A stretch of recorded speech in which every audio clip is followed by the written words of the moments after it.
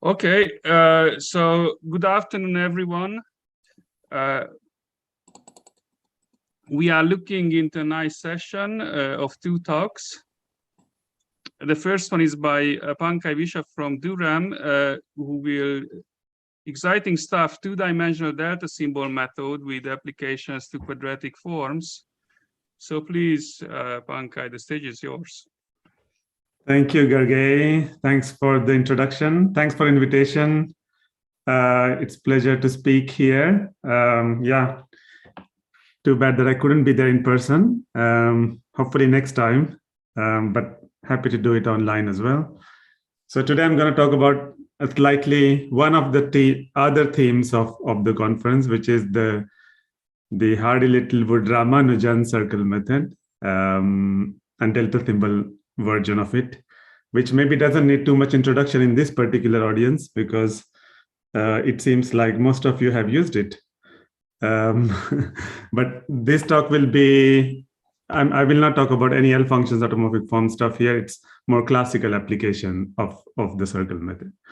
So everything I'm going to talk about, the main result is a joint work. It's an ongoing work. It hasn't been finished yet, but hopefully very soon it will be out.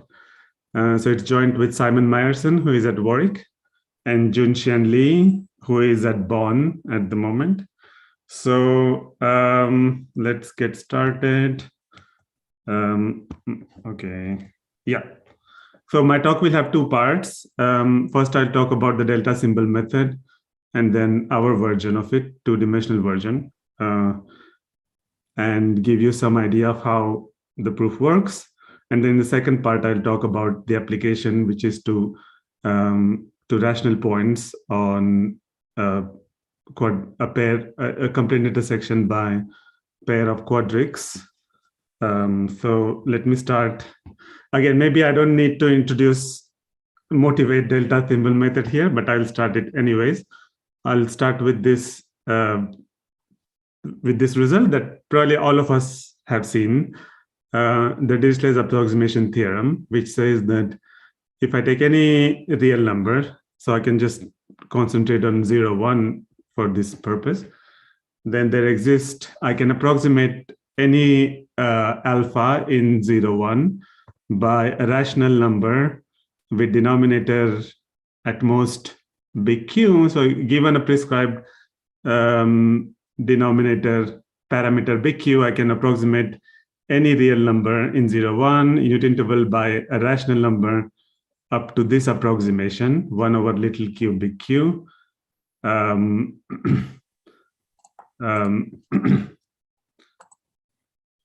then, in other words, what this is saying is that I have a covering of the unit intervals by open sets, which are symmetrically placed around rationals A over Q with size 1 over, which go to length 1 over little q big Q in both directions. So we have this covering, which is given by Dirichlet's approximation theorem.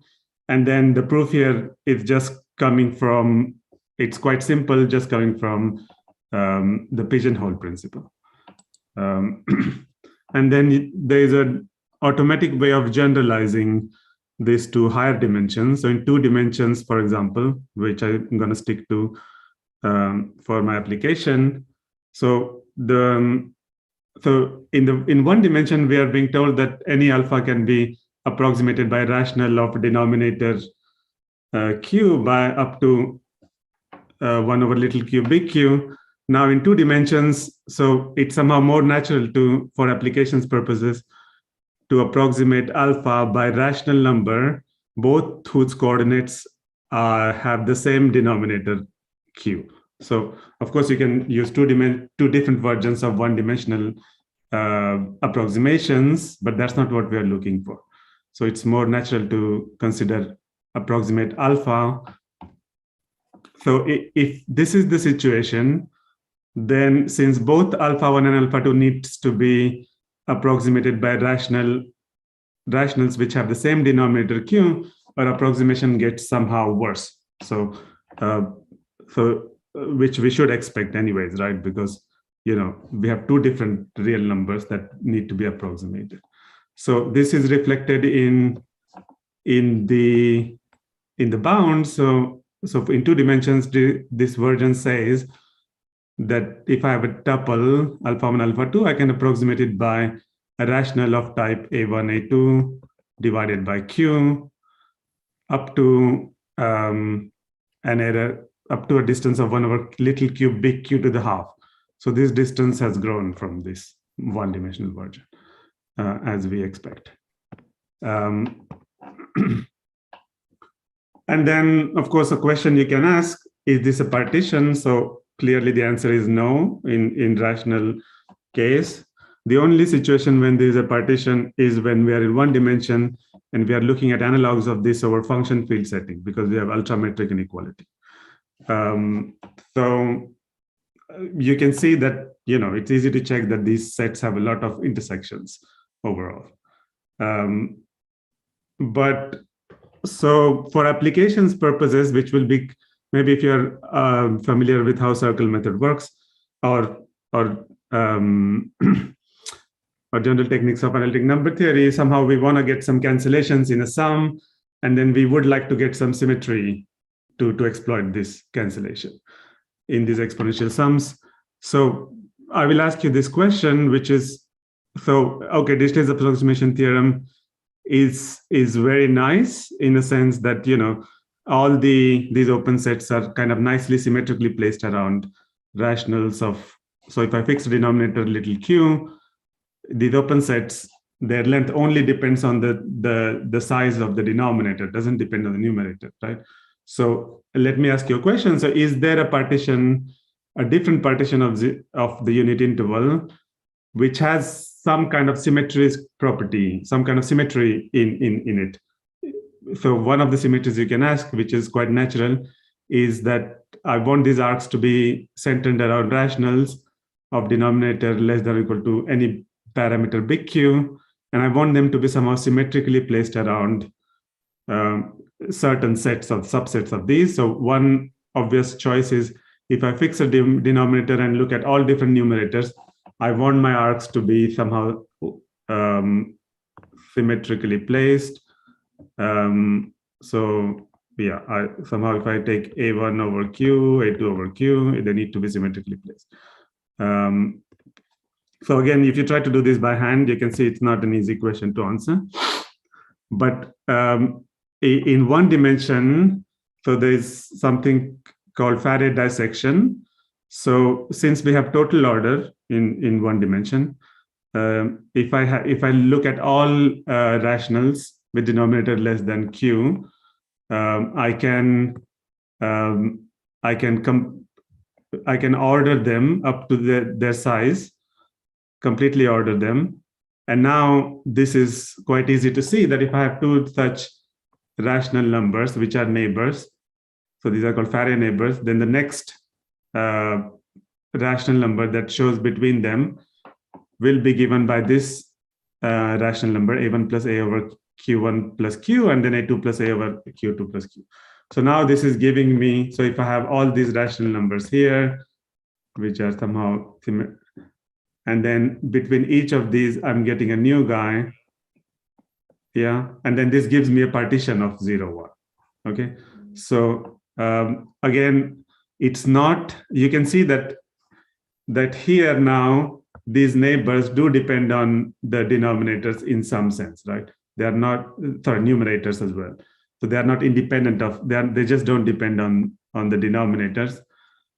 So this doesn't really answer this question that I asked. However, on an average, they're still symmetrically placed. So you can still exploit this explicit description of these neighbors and prove that somehow, use the fact that it's not too far from what I asked. Okay, so which when you apply it to circle method, it's called Kloosterman refinement. But we'll come to that later. And then, so this was the idea that was used. And then you can ask, is there higher dimensional version of Farey dissection? Or you can ask, what about number fields, function field, so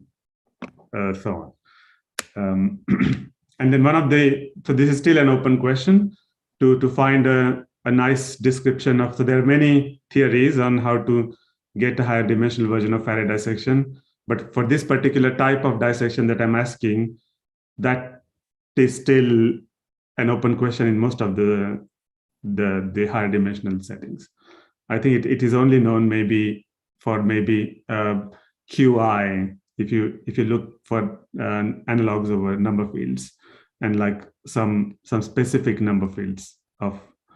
But overall, it's a hard question to answer. But this question that I asked, that was answered by a completely different way, not going through Farey dissection, by the delta symbol method. So this is how I like to think about delta symbol method, by Duke, Friedlander, Iwaniec, and then Heath Brown saw. So I like to think of delta symbol method in its Fourier transform version, which says that so Heath Brown had first seen this after DFI version. He had seen this seen that Fourier transform of the delta symbol method kind of gives you what I'm telling, what this version says. And then I think Munshi was, at least as far as I'm aware, also was the first to realize that that you don't need n to be a square of the conductor to detect the n equals 0 situation. So and then this version that I'm saying, it appears in my work with Oscar Marmon as well, where we formalize this many different results that we have. So basically, what this delta symbol method is really doing is answering me this question that I asked earlier. So what I'm doing here geometrically is that I'm basically have a partition of 0, 1. So since this is true for any n, I can think of this as what is giving me is I'm writing the indicator function of the unit interval 0, 1, where at each point a over q, I'm adding a smooth arc, which is given by this function pq of z, which has quite fast decay outside of the set z less than 1 over little q big Q, which is predicted by the Dirichlet's approximation theorem. So as soon as z gets bigger than this, you can see that as long as z gets further and further away, you have larger decays. So this function is essentially supported in these intervals. It's a smooth function, smooth weight. But now the big advantage here is that this function these arcs are symmetrically placed around rationals of. So if I fix a denominator and differ the numerator, the size of these arcs are symmetrically placed. So exactly symmetrically placed around rationals of same denominator. Which is exactly answering my question that I asked before, which is quite a natural question to ask for an analytic number theory. And of course, this delta symbol method also, when q and z are small, relatively small, then this function is actually 1. So you can actually exactly compute it. So this is used in major arcs, for example. But overall, it has large decay, it's bounded function, nice function, and it is exactly answering what I'm asking. So, after this method, so this question of answering this question over number field was also open for a long time, and it was a folklore conjecture in Diophantine geometry, which pertained to rational points on cubic hypersurfaces over arbitrary number fields.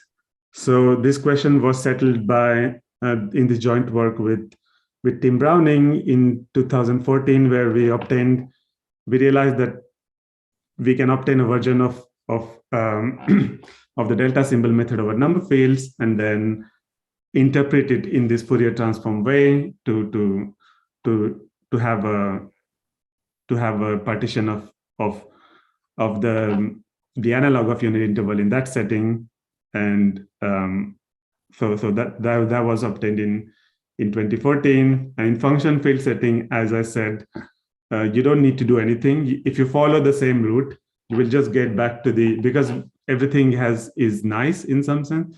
So you will just get back to the Dirichlet's approximation theorem, which is giving you already a partition of unity. So in that setting, so we realized this in that work, also with Browning. And so the one-dimensional function field setting is much more nicer in that sense. But of course, the focus of this work wasn't to obtain that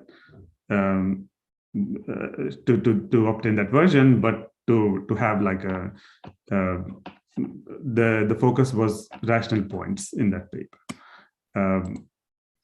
But now moving on, so let me ask you: is there two-dimensional? So of course, this is also an open question. Is there a two-dimensional version of? So I'm looking at two-dimensional version of the question I asked. So I'm asking for a partition of unit interval with arcs centered around rationals of denominator less than q, which are somehow symmetric. So I need some pre-described symmetry in this set to be able to apply it later. So so one thing, of course, you can ask is... Sorry to... Yeah. Can you explain what you mean by an arc here? So it's a arc just means, again, like, so I just want to have like 0, 1 square as a sum of some functions, right? Which are somehow symmetrically placed around. So you can think of these as characteristic functions, or like smooth versions of characteristic functions, smoothened out characteristic functions of some functions which are somehow, if I plot them, they're symmetrically placed around each. So if I fix, so this may not be completely doable, but at least like I would like some symmetry in this partition. Yeah, does it answer your question? Yeah. So by arc, I just mean like a function, which is kind of a smoothened out kind of version of a characteristic function of a neighborhood, sort of. Yeah, around rational a1, a2, a bar over q. Okay. Thank you. Okay, so so there were various questions. So one thing you can try to do is, what about two-dimensional version of Farey dissection? So you can already see that if you try to follow the recipe of how Farey dissection works, first of all, there is no total order in 2 dimensions. So there is no one way of ordering all your rational numbers, right? So the question of what is the nearest, what is the neighbor? That's not an easy question to answer. And in the second thing is in one dimension, so we are aided by the fact that the Farey Dirichlet's approximation theorem is telling us that the rational numbers are approximately 1 over little q, big Q. Well, if it's if Dirichlet's approximation theorem was absolute, if it was a partition, then it was predicting that the distance of the of rational numbers should be at least 1 over little q, big Q, right? So at least in one dimension, if you look at 2 different rational numbers, their distance is at least 1 over little q1, q2. So the distance is not that far from what is being predicted. So that is one of the things that helps in one dimension. Okay. But in 2 dimensions, now you can see that the prediction is worse, but it is what happens in reality can be quite far from what is being predicted, because you can see that now I can find like concrete examples. For example, if I take these rational numbers, which are with second coordinate 0 and first coordinate a1 over q1 and a2 over q2, then the Diophantine approximation of these sets of points will be determined by one-dimensional Dirichlet's approximation theorem, right? So they're much closer to each other than I would like them to be, okay? So I would like them to be 1 over q to the half close, but they could be as big as 1 over q close to each other. So this is really screwing up getting an absolute version partition of Dirichlet's approximation theorem. However, you can see already in this example that this strange phenomena is happening on these points because they're lying on a line which is given by y equals 0, right? So these 2 points, they lie on this rational line of low height. So that's why they're so much closer to each other. So this was, and then you can actually prove that if I'm looking for counterexamples to Dirichlet's approximation theorem, so say I have rational numbers which are a bit closer to each other, then that must come from the fact that they both lie on rational lines of low height.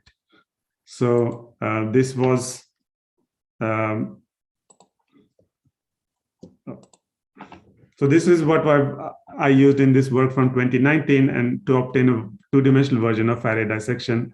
So what I realized was that I could get a refinement of Dirichlet's approximation theorem, which is absolute, using the fact that any points which are closer to each other must lie on a line of low height, and then the lines of low height also repel each other.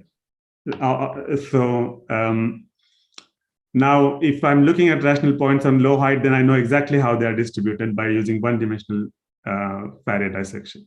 So this gives you a way of obtaining a Farey dissection which is not symmetric around all rationals of denominator little q and all different numerators. But if I fix a line, by line I mean, solutions of equation q divides some c dot a, where c is a fixed vector. So something like q divides a dot c, where this is the equation of the line that I'm talking about. Okay. So this version that I have, it is not symmetric around all rational points of certain denominator, but it's at least if I fix on specific lines, then I have symmetry in this Farey dissection, and then I could use it to apply to two quadrics. However, this doesn't exactly work over Q but the reasoning goes through, but then just in one dimension, where you look at in one dimensional function field setting, ultrametric inequality is giving me Farey dissection completely.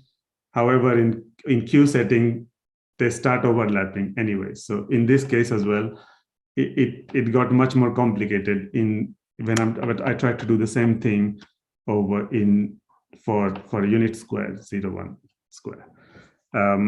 So this doesn't directly work.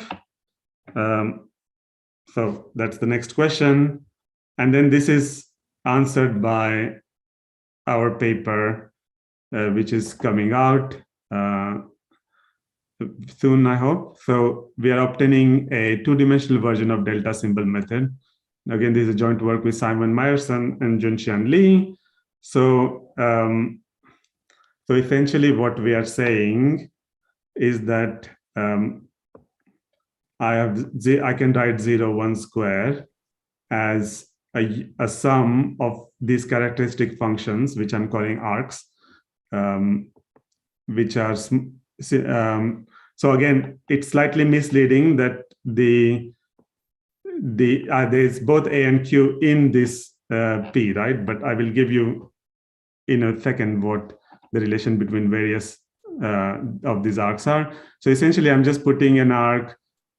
If I fix a Q and I'm looking at A1 over Q, A2 over Q, I'm putting like a smooth function, which is which will be placed in intervals which are predicted, whose support is predicted by the Dirichlet's approximation theorem. And then there are some symmetries in them, in the sense that they are constant on lines again. So so there are a bit more symmetries than here, but this is easier to explain. So if I take any A bar over Q, then as soon as A bar is, if I take any other A1, which is the scalar multiple of A modulo Q, then for all these other guys, my arcs are symmetrically placed around them. So if I take A over Q and I take like little a bar over Q, little a1, a bar over Q, all these are symmetrically placed. Yes, does somebody want to ask a question? Sorry, I can't hear you.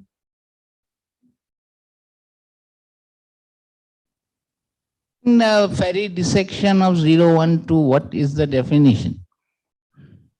Farey dissection of 0, 1? 0, 1, 2, your square, unit square. Yes, so there is no way of defining Farey dissection. It's an open question. So this is not doing Farey dissection. It's giving you like a smooth version of it.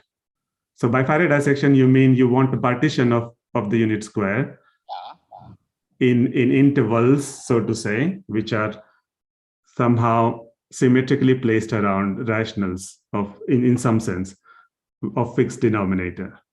So of a fixed denominator, but allowed to go up to capital Q, right? yes, yeah, you have to take them to back your capital. diagram says that you are considering lines with rational slope and they are the centers of the arcs? No, okay, that's a good question. So essentially, you can show that so there are two things, right? First of all, there are rational points of some denominator. Now you can show that each of these rational, if I take Q to be bigger than Q, then each of these point lies on a rational line of denominator of size at most Q to the half. So each of these lies on something like C dot A divides Q, where the C is roughly size big Q to the half. So this is already given to us.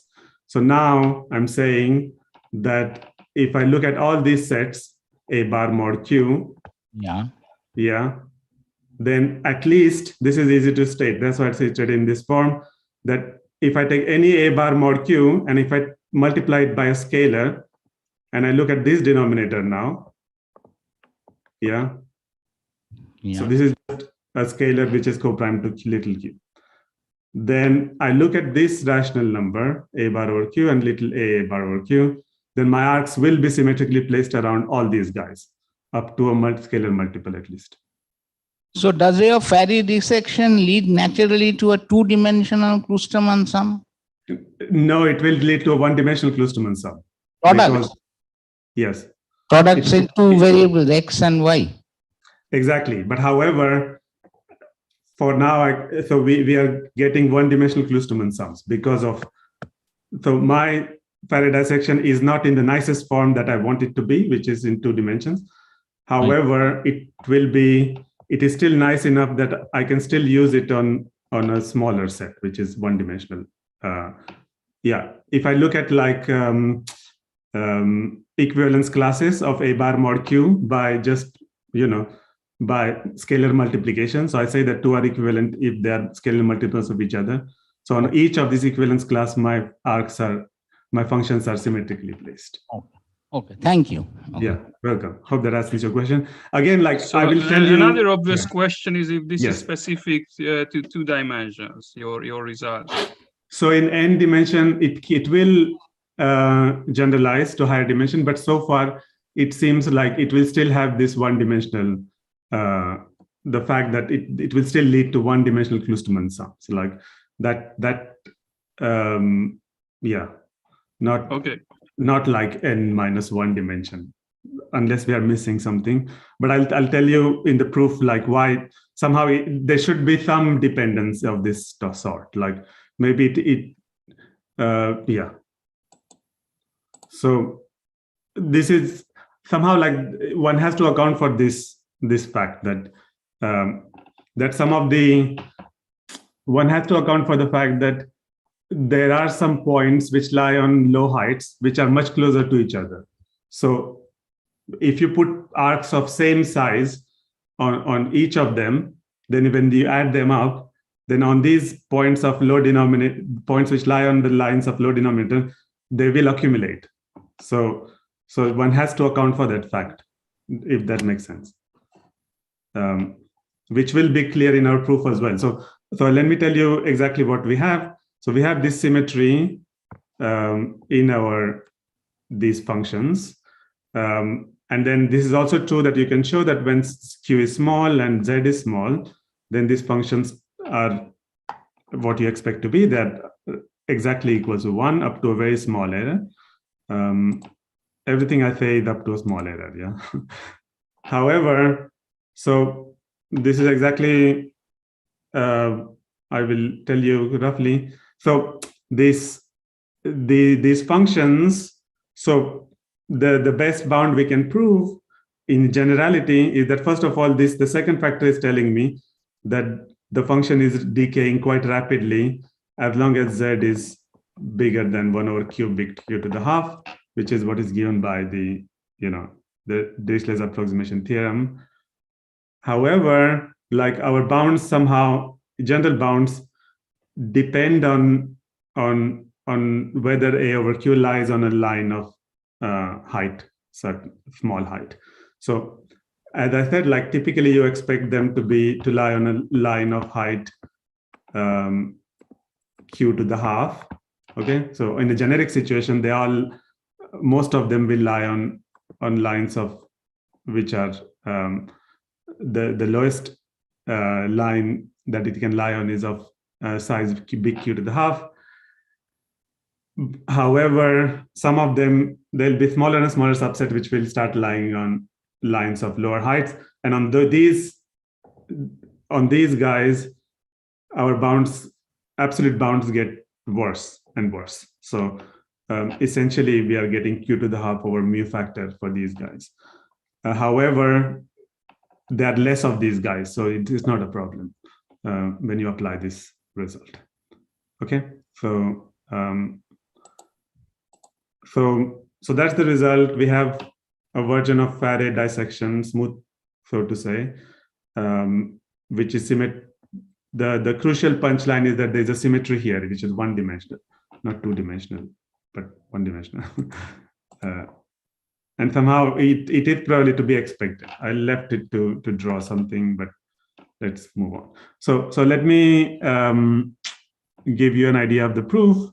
So again, this delta symbol method, I'm detecting whether an integer vector is 0 or not. So both coordinates are 0.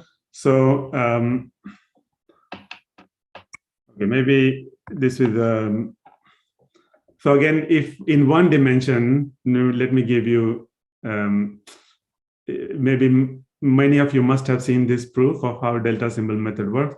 So essentially one uses a duality, right? So I'm looking for all divisors of q, all q that dividing n, and then there's a different divisor n over q, yeah? So there's a duality in this set. So when n is non-zero, both these sets are equal, right? So if I take a divisor, then I have a different divisor of n, yeah? So there's this duality here, which helps you get cancellations when n is not 0. But when n is 0, then this duality crashes, right? Because now here every integer will divide n. And now on the other side, the other guy is always going to be 0, right? So this is, the duality is broken when n is equal to 0. So that's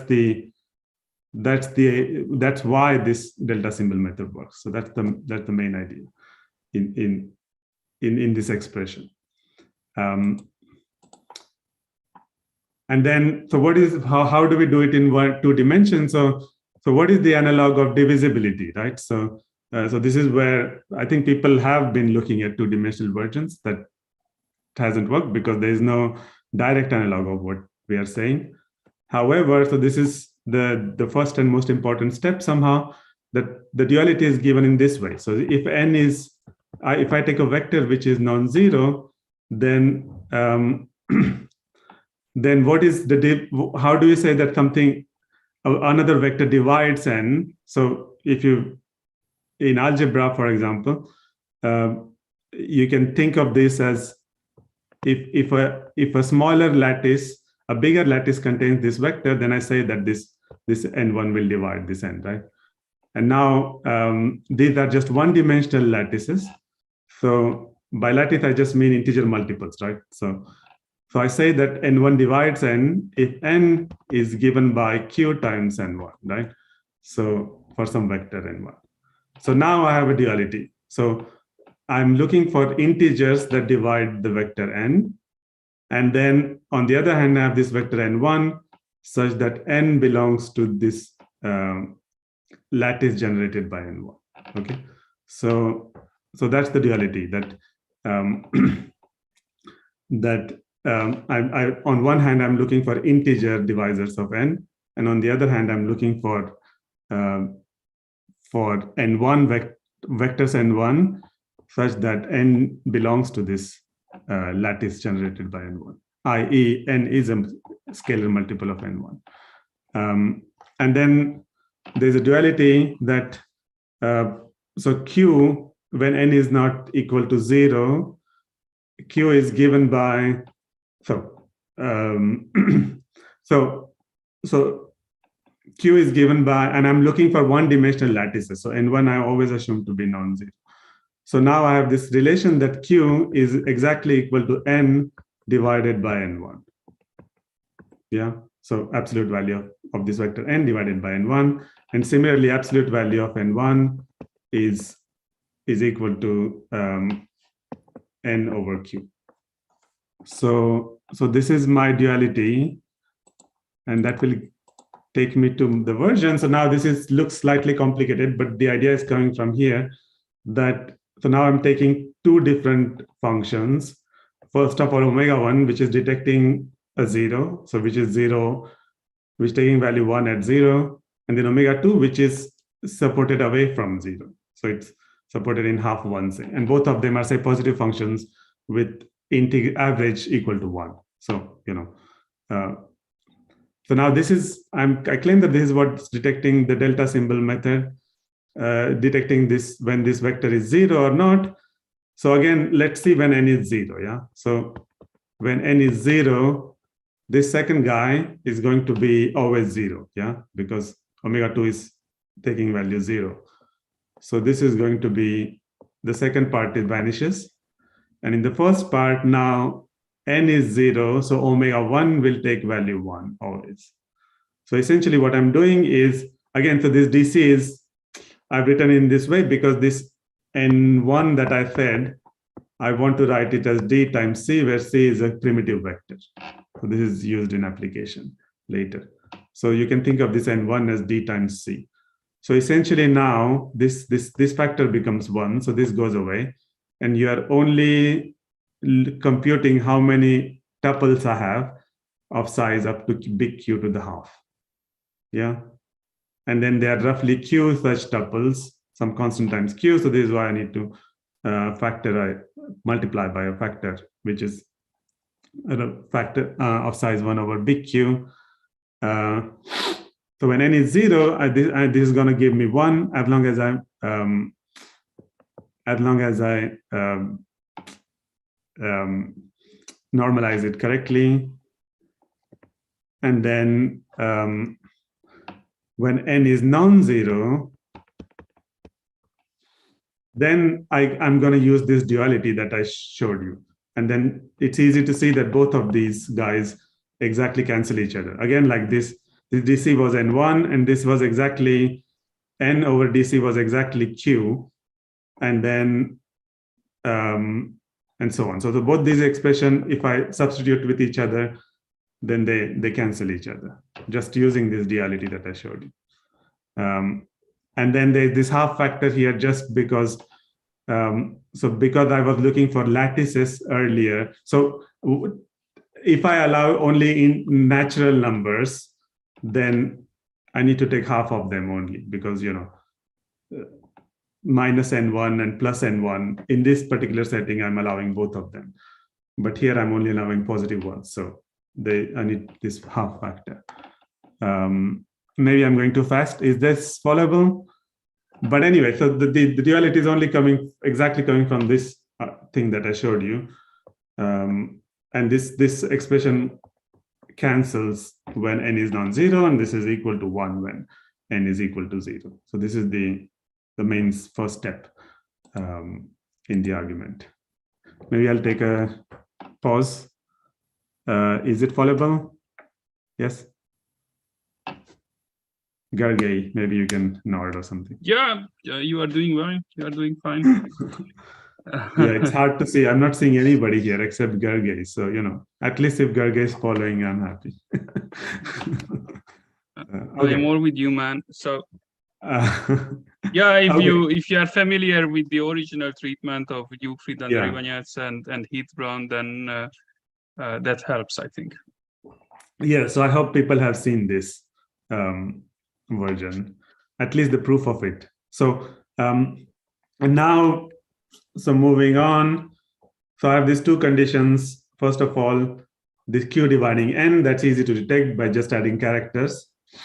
The second condition, that n is a scalar multiple of a vector d times c, is also not difficult to detect.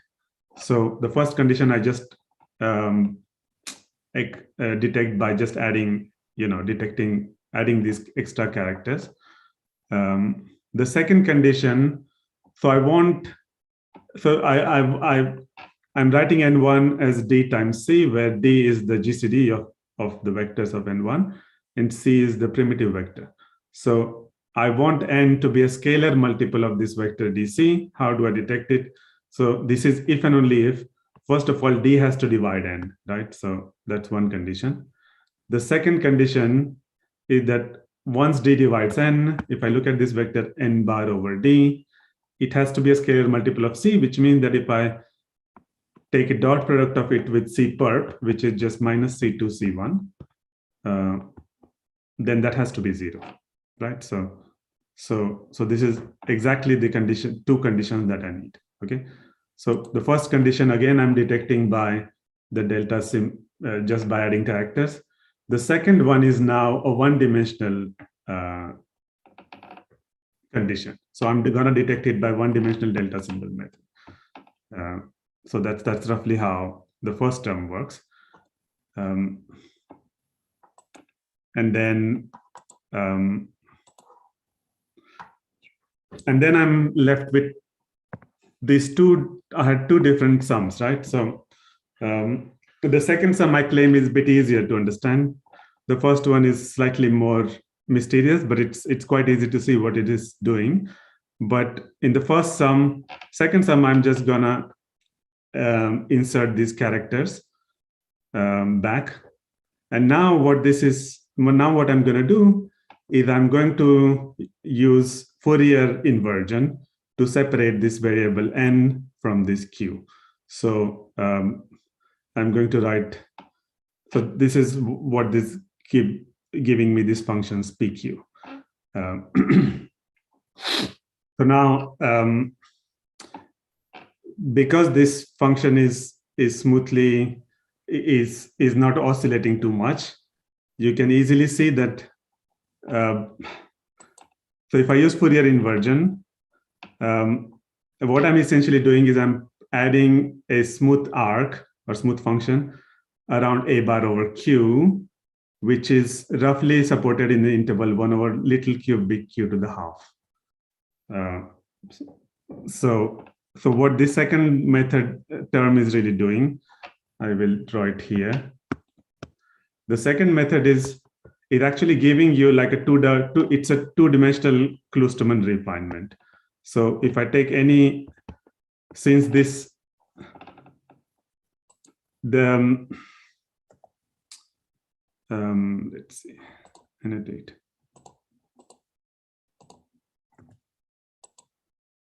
Oh, no. Okay, since this function here, so the n bar dependence here is only coming here and here, right? And here it's independent. The only dependence is coming in little q. So when you use Fourier inversion, these pqs are only going to be depending on little q and not on a in any way. Okay. So what I'm doing here essentially is that I'm just, for each a bar over q, I'm putting exactly the same arc. As long as little q is fixed and I take a1 over q, a2 over q, then these functions are exactly supported in an interval of size 1 over q, q to the half, and they're exactly symmetrically placed. But now what I told you earlier, and what the first term is doing, maybe I'll tell you this as well. What the first term is doing is it's now looking at, so these DC bar are essentially the D and C. So this is essentially the equation of a line. So I'm now fixing each line of certain height up to big Q to the half. And I'm now looking at rational points which lie on this line. And then my functions are going to be symmetrically placed around these points. So as long as I fix a line DC and I fix I fix the denominator Q, then all these are symmetrically placed. Okay. So their size only depends on the absolute value of DC and absolute value of the denominator. So these are the two parameters which appear here. So now I'll just explain why we get this accumulations on, why we can get our bounds are worse on lines of low height, is precisely because the second term I'm not really bothering about the Diophantine approximation of A bar over Q. I'm putting the same size arc on each of these. But as I showed you earlier, for some of these points, these arcs are going to start intersecting quite a lot. So if I'm looking for points on this line, for example, and I'm putting these huge arcs, then there will be intersections in them. So that's why you get, so the absolute bound has that q to the half over mu factor, okay? However, somehow mysteriously, if you look for the first term as well, you get the same bound, but you can show that when little q and z are small, then they cancel each other out.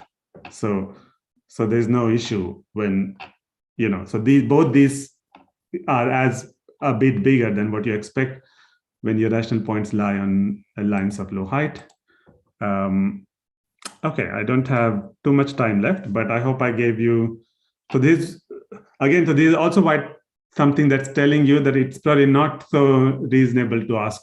Somehow, like any future refinement, you want to get two-dimensional version of this Farey dissection, then it has to somehow answer this question of like, I have these points which are very close to each other. How do I, it's not factible to put the same size arcs on these points. So somehow I feel like there will be this one-dimensional something coming up in the future versions as well. It has to be answered. Okay, so maybe I'll just tell you, any questions here? I feel like this was the most novel part somehow. So, I was happy to spend more time. Okay, so maybe I'll just tell you the application to rational points. So I'm going to change gears here completely, talk about rational points. So say I have a complete intersection of R homogeneous polynomials of degree D in n variables over a global field. So by global field, I mean either rational numbers or number field or function field. Then one of the important questions in number theory is, when does a system of polynomials have a rational point? So of course, these polynomials have to be defined over Q for this to be true. So this will be the situation here. So there are obvious obstruction to this called local obstruction. Say I have a system of polynomials which doesn't have any real point, then I can't expect rational point, right? So similarly with p-adic, because if I don't have any p-adic solution for any p, fixed p, then I can't have rational solution. So these are called local obstructions. So variety is said to satisfy Hasse principle if in the absence of local obstruction, so if there is a rational point, there is a real point and there is a p-adic point for every p, then if that is true, that implies that X also has a integer point. So in the homogeneous setting, rational points amount to finding integer points, non-trivial integer points. So I'm talking about projective sense. So 0 will always be a solution, which I don't count. And then once you have a rational point, then you can ask for how they are distributed. Are there infinitely many of them? So there's weak approximation. And then once you have, infinitely many of them, you can ask how they are, do you have an asymptotic formula, which is what I'll be interested in. So when in the hypersurface R equal to 1, D 2, 3, this is relatively well understood. And in R bigger than 1 setting, there's this Markey result of Birch from 61. He proved that you need at least these many variables to get. Sorry, what is R? R is number of forms. Okay. So I have R forms of degree D each. Yes. So essentially, Birch's result is quadratic in R, and then exponential is D in D. However, conjecturally, and it's not clear whether it's true or not, but the best you can hope for is total degree plus 1. So, so it could be linear, but it's very far from linear in the second one. So again, I didn't mention that I'm assuming that my system is smooth, so it doesn't have any. So all these forms are non-singular and they have non-singular intersection. So I'm going to now stick to section of the case of two quadrics. So when you have two quadrics, their geometry, and you look at complete intersection of two quadrics, their geometry is quite well understood. So which is not true when the degree gets larger. So finding one rational point is kind of easier in this sense. So when K is number field, this is the result of Kuliat-Helen, Sansuk-Swint, and Dyer. And from 87, they proved that such a system has a rational point in the absence of local obstruction, as long as n is at least 9. And then their result was working already over 8, but then there was a local condition that had to be checked for n equal to 8 case, which Heath-Brown did. And he proved this 8 variable setting. And if you're in function field situation, then there is this cool result of Thian, who also uses algebraic geometric methods to prove the Hasse principle for n bigger than or equal to 6. And conjecturally, it should be true as long as you have 5 variables. So, we are very close to proving it over function field. However, of course, we are not happy with just one solution. So you want all the solutions. And there are further implications of this as well. So if you look for asymptotic formulae, then this bound of Birch, I think, becomes 13 variables. And then this was improved by Munshi, Ritabrata in 2013. So he proved it for n bigger than or equal to 11. And then he used somehow he cleverly used a combination of two one-dimensional delta symbol methods in here. And then Birch is 14. Birch gives 14. 14. Okay, yes. Yeah, thank you. Yes. So when on function field setting, so the result I told you earlier over FQT, I could use it to get. You also have a Riemann hypothesis for these exponential sums. So I could use it to get at least 9 variables. So this is matching, giving an analytic proof of this result of that I mentioned, and giving you an asymptotic formula as well. And then one thing I should mention is there is this really nice work of Myerson, which for quadratic case, he improved this dependence, which was quadratic in R, to linear in R. And I think this is quite an impressive work because, so as I said, like you expect somehow linear R and linear D. And in this case, D is fixed. So the dependence on D is worse, but dependence on R is linear. So that's, at least from one side, this has been proved. And then I will mention this recent work with my PhD student, Matt Northy, where for 2 cubics, we could improve it from 49 from Birch to 39 by something which is not what I'm talking about today, but you need to do different things because you have larger degrees. So I will not talk about this work, but and our main result is, I will only mention the result and stop. I think I'm almost out. But essentially, I'm now, say I have 2 quadratic forms, f and g, and I'm looking for, I fix a parameter p bigger than 1, which is large. And I'm looking for number of solutions, simultaneous solutions of integer solutions of f and g equals 0.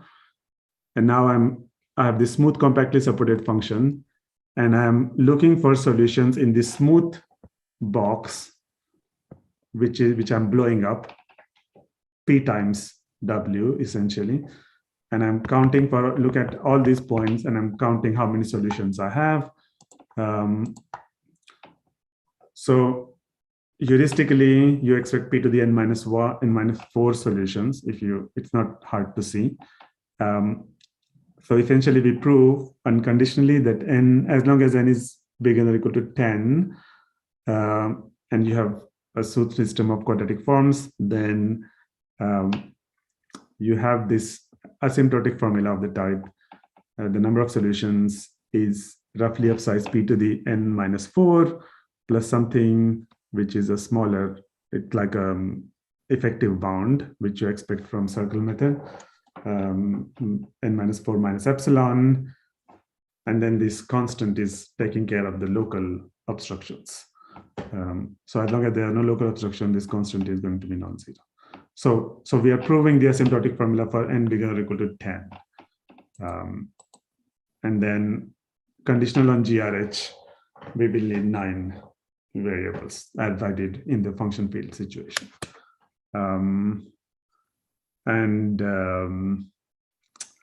Yeah, maybe I'll stop here. I think I've spoken enough. Thank you. Thank you very much. So we can clap our hands. Thank you so much. Very nice talk, very interesting too. So are there any questions from the audience?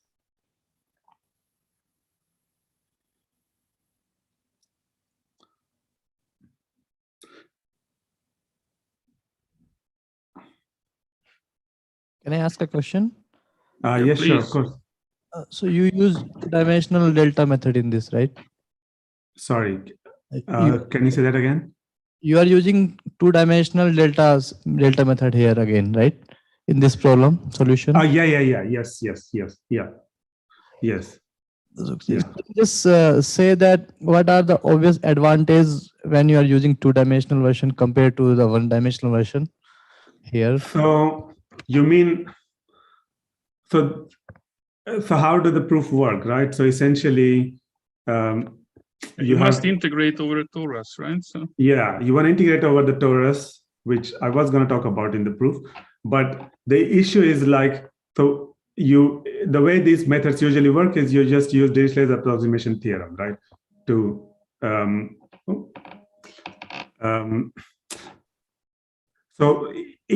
how will you use 1-dimensional version? So essentially you take x1, right, and x2, and then you will approximate it separately by rationals of type a1 over q1 and a2 over q2, right? So the issue is like, if I take these rational numbers, a1 over q1, a2 over q2, and if I look at the exponential sum at these rational numbers, then the point is this sum in the first variable will be periodic with period q1 times q2, right? So I'm skipping a lot of details here, but I'm assuming you know a bit about circle method, how Poisson summation, for example, works. That's right. So the issue is like he's an expert. He's an expert. You have a very expert audience. Okay, good. So so the thing is that then when you look at this, it will be periodic with period Q1 times Q2, which is larger. So you may start with Q1, which is less than Q, and Q2, which is less than Q, but then Q1, Q2 is roughly Q squared. So the periodicity is going to be much higher. And when you use Poisson, for example, then that creates issues. So this is why it is better overall to approximate by the same denominator, because then even if I need to take Q to be larger, then the sum I have will be periodic with a smaller period. So that's better. So in this case, your conductor will be smaller. So when you are applying the two-dimensional version, right? Overall conductor, yes, yeah. Okay. Yes. Good question. Thank you. So he was Sumit Kumar, by the way. Right. I introduced you guys to each other. Oh, great.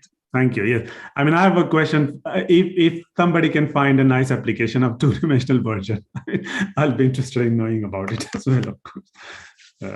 Yeah. Well, I must say I was thinking about these things when I was a graduate student, when maybe a bit later when I was a postdoc in Texas. I was thinking about the shifted convolution sum that's important for estimating automorphic L functions over number fields. And then you have to integrate over the torus, and I was quite in the need of such treatments. But then the delta symbol method over number field is not directly applicable there. Like there's a not that I know of. Okay. Well, sounds good. Yeah, we are always. So you have like the ring of integers, or you have an ideal lattice embedded in Minkowski space, and then you kind of integrate over Minkowski space divided by this lattice. Yeah. And yeah.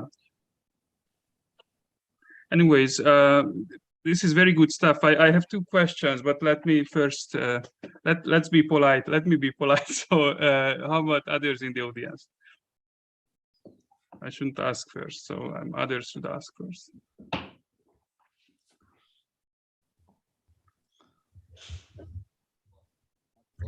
So if there are no candidates for questions, then I ask my own questions. First of all, the last line is interesting. Why do you need GRH? Where do you need GRH? Essentially, so like, so we have these. So if you look at the exponential sum, essentially, like I can get cancellations over lines, right? So this A bar belongs to like a line which say C dot A, Q divides C dot A, yeah, something like this. So so when I'm getting square root cancellations from this extra average I have in A, which is one-dimensional average. And if I can also have average over Q, then this is where then I can save more. So if I can save not just in the exponential sum for a fixed Q, but if I also average over Q. Does it answer your question? So no, it didn't answer my question, because you didn't pin down exactly where. Yeah, maybe I'll go. So essentially, like what you do is you take this exponential sum and then you use Poisson summation. So this x variable is periodic in the first term is periodic in Q. You do Poisson summation and then you end up with exponential sums, which are of two quadrics. But now I don't have double exponential sum, Kloosterman sums with sum over both A1 and A2, but I have over like a one-dimensional subset of this. So this if I don't have this average, I can just bound it up of size q to the n over 2 quite happily. Yeah. And now, because I have this extra average, I don't need to sum trivially over here, but I can get bound q half. I save like a half saving here. And now if I can also take a average over little q, then I'm averaging these exponential sums. So from q to the half to q, for example. And then I need some kind of GRH for getting extra averages over little q as well. So, but when you say GRH for which L functions? Yes, so GRH for Hasse-Weil functions. So I see. Okay. Yeah, in this particular case, they're easier to state. Like these will just be like characters, like because the quadratic exponential sums are quite easily you can explicitly compute. So you just get like a quadratic character, and you just have character sum essentially. Yeah. So at the end with like a large conductor. So if you have like a GRH for like a character sum. Yeah, so essentially this is where we are using the GRH. So these Hasse-Weil functions, do they factor into automorphic functions or Orthian or something? Yeah, I mean, again, like in this particular case, they will just be like one dimensional, like given by the character, some character. But in Dirichlet general, character. Yeah. You mean Dirichlet character? Yeah. Yes, Dirichlet character of conductor, which is like the. But in our case, now we don't have fixed. So essentially, what we will do is these forms will just look like A times C1F plus C2G. So I'm looking for pencils of these forms. So this is just one quadratic form, and I'm looking at exponential sum in this pencil form. So my sum will be like a Dirichlet character in the discriminant of this form, which is a pencil. Yeah. C1. So sometimes instead of GRH, you can, as a substitute for GRH, one can use zero density estimates that are available. Do you think that is a possibility in your? So you know there are a few zeros of the line, so maybe you can take advantage of that. Okay, thank you. Yeah, maybe I don't know about this, so I can't really answer, but I will take a look into this. Yeah. So the other question is, so in specific situations like D and R being 2 and 2 or 3 and 2, so for those pairs, as you say, you improved the best available bound on n, the number of variables you need. Yeah. Sorry, what do you mean D1 and 1? No, I mean 2, 2 or 3, 2. I mean, you look at certain degrees and certain number of forms. 2 forms, 2 quadratic forms or 2 cubic forms. And and you surely broke the world record. Otherwise, you won't have a paper, right? You wouldn't give this lecture. You broke the world record. So your method is effective. It works. So is there a prospect that maybe for many pairs, infinitely many pairs of degrees and number of forms, you can improve on the number of variables? Or so maybe I'm interested in how Birch's bound becomes under your method. So why sticking to d equals 2 or d equals 3? I understand this is hard work. I understand this is hard work, but still, surely you should explore the scope of your method. Yes. So the issue with Kloosterman refinement, or the whole point here is to get some cancellations in the exponential sums, right? Using some symmetry. The issue is like, so if you can get some cancellations when R is large, then when D and R are large, then it doesn't save so much, saving this square root cancellation. So it will save something, but then it will be like a lower order term. So like, and it doesn't buy you anything? I mean, it's usually much better when Q is when the total degree is smaller for using Kloosterman refinement. So as the total degree blows up, the bounds get worse and worse. Yeah. So you do save something, but it will not be, you would like something like constant times something, right? So the constant multiple improvement at least of the bound, which is even that you can't get for like large, arbitrary D and arbitrary R. However, like we are looking with Simon on somehow he has, so this other method that I said was this by this Myerson, when he did this pair like tuples of forms, like R quadratic forms, and he could get like a linear dependence instead of there. What he uses is the fact that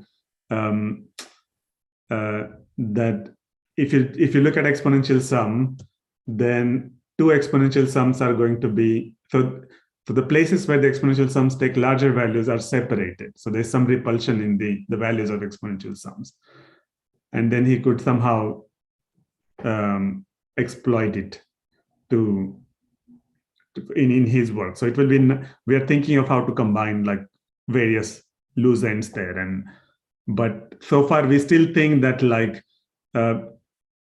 when like so he has already improved Birch's bound result in the R's aspect, right? So we are trying to combine it with his approach and what we have here. Absolutely. Yeah. Yes. Yeah. Go, so that's for the it. work Yeah, in progress. go for it.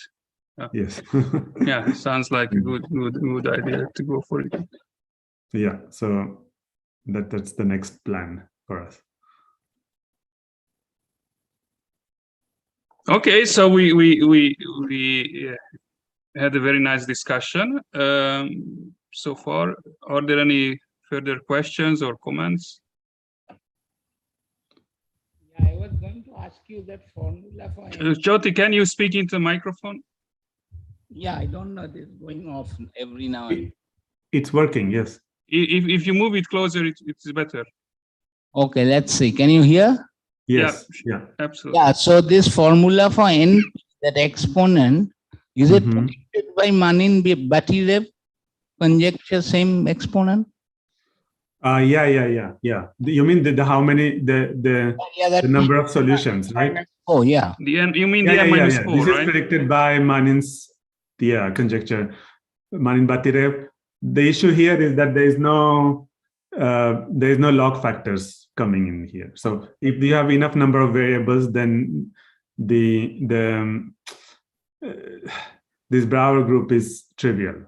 So this is why we don't have log factors. Just That's so power. Yeah, so there is no log powers. So we just have this main term, and then typically you expect that as long as there is no Manin conjecture, maybe no local obstruction and no Brouwer-Manin obstruction, then hopefully we have all the information. So this is why, like, so as long as you have dr plus 1 variables, I think there's no Brouwer-Manin obstruction, unless I'm wrong. I think so. Yeah. Okay, thank you. It was a nice talk. Thank you very much. Yeah, indeed, it was very nice talk.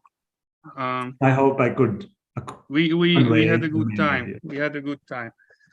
So any more any more questions from the audience?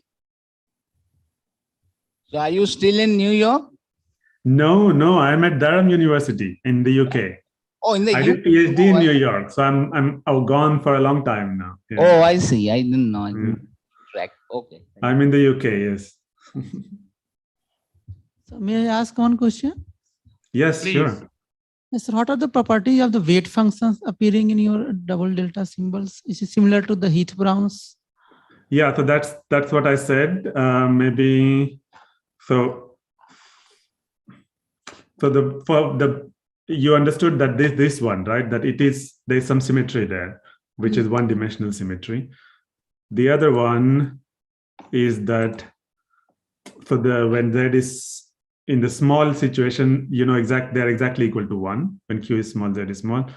The last one is a bit trickier to explain, but essentially, like if I want to bound, first of all, like it is it has this bound, so it is decaying rapidly out of 1 over bq q to the half range. So they are supported in this interval that we expect them to be. But if I want to get upper bound on PAQZ, then it depends on whether A over Q lies on a line of low height or not. So in a generic situation, they are bounded absolutely by 1. But as soon as you start having rational points which are lying on a line of, say, this point that I had, right, A0 over Q, this lies on a line of height 1, right? It just y equals 0. So height is given by this coefficient, right, which is just 1. So in this particular case, then my bound will be q to the half, because they're overlaps, but there are not that many of these lines, so there are not that many of these points. So that's all still fine for using this. Thank you. Welcome. Any? Okay, now I'm confused about what you mean by height of a line. Height of a line is just, you look at the equation of the line, and that's the the coefficients, size of the coefficients of the equation. Yeah, size of the vector. So in this example I had was 0, 1, right? That's the vector. Yeah, sure. So the height is 1, mu is 1 for those points. Yeah. That was the only weak point of your talk. You didn't define the height. I'm just kidding. It's true, yeah. It's true, but I didn't want to get into a discussion. People talk about heights in many different ways, right? Like, I didn't want to offend anybody who doesn't think of this as a height. Okay. That's Sumit, please ask your question. Yeah, I just wondering that if you must have seen nested delta method that we have used. Yeah. So I think it probably made an appearance with the Munshi's the quadratic works, right? Like on quadratic forms. Yes. So can you apply in your problems and it might help? No, the point is that like here, so if you use nested method, then you need to use like your final conductor to be slightly larger. Okay. So this is why it's better to have a two-dimensional version. So you can take conductor to be a bit smaller. Oh, I see. Yeah. Thank you. Yeah. So this is like, yeah. But yeah, can you do nested with two-dimensional version? Why not? But And, in your other problem, intersection of cubic and quadrics. Yes, so cubic and quadric, you can do it here. Like you can get around, I think at least around 25, 26 variables. Yeah. Oh, okay. And the current bound is 29, I think, by Dietmann and so if you apply nested on the intersection of cubic and quadrics, we can get up to 28. Mm-hmm. Yeah, you can save a bit, right? Yeah, just one variable. Yeah. So typically, like when the degree will grow, like this is a better thing to do what we are doing than the nested one. The issue is that you use two different conductors and you combine them to get a full conductor, right? So that's typically slightly more wasteful than what you were doing if you use this two-dimensional version. Sure. Thanks. Thank you. By the way, I was thinking the organizers must be praised for leaving half an hour of discussion after each talk, because like in this case, it also happened after my talk. There are so many excellent questions, and I like this format. So yes, that's. I want to say kudos to the organizers. It's yes, very nice format, and now we understand the deep meaning of discussion workshop. It's not a conference, it's not a workshop, it's a discussion workshop, and it works so well. Yes, I would like to agree with Gergely. Thank you. An extra hour for the discussion. That's why we give the half an hour during the. And we are using it, so I'm really happy. Like usually, often like you don't get many questions. Works, right? Yeah, like. Yeah, and it works wonderful in this hybrid format too. Yeah. Mm-hmm. Sorry, Saurabh. And there is also problem session after the classes around 5:30. There is also problem session. Yeah, yeah. Yeah. That's working as well. I haven't been to that one. So. I admit I mean, so usually I stay up in the night and then I start my day with this workshop at 6 a.m. Really? What? Yeah, because when India has 9:30 a.m., that's 6 a.m. for me, and I try to attend the lectures, but then That's true. Yes. Yeah, I haven't attended the earlier one. around the end of the lectures, I go to bed, especially with this extreme heat wave we are having here. Yeah. Anyways, that's shouldn't talk about myself. Just the answer is having sorry to miss right? some of the activities. I apologize on my part. Yeah. The answer to heat wave is a ceiling fan, isn't it? And open windows. This is what Indians. Yeah, my family members took all the fans available in this you need to have a ceiling fan in each room. That's the ceiling Indian fan. system. Okay, yeah. Ceiling fan, sure. yes, which is Ceiling immovable. fan. Yes, that's how we survive in India. Anyways, are there any questions from the audience? I don't want to take the opportunity.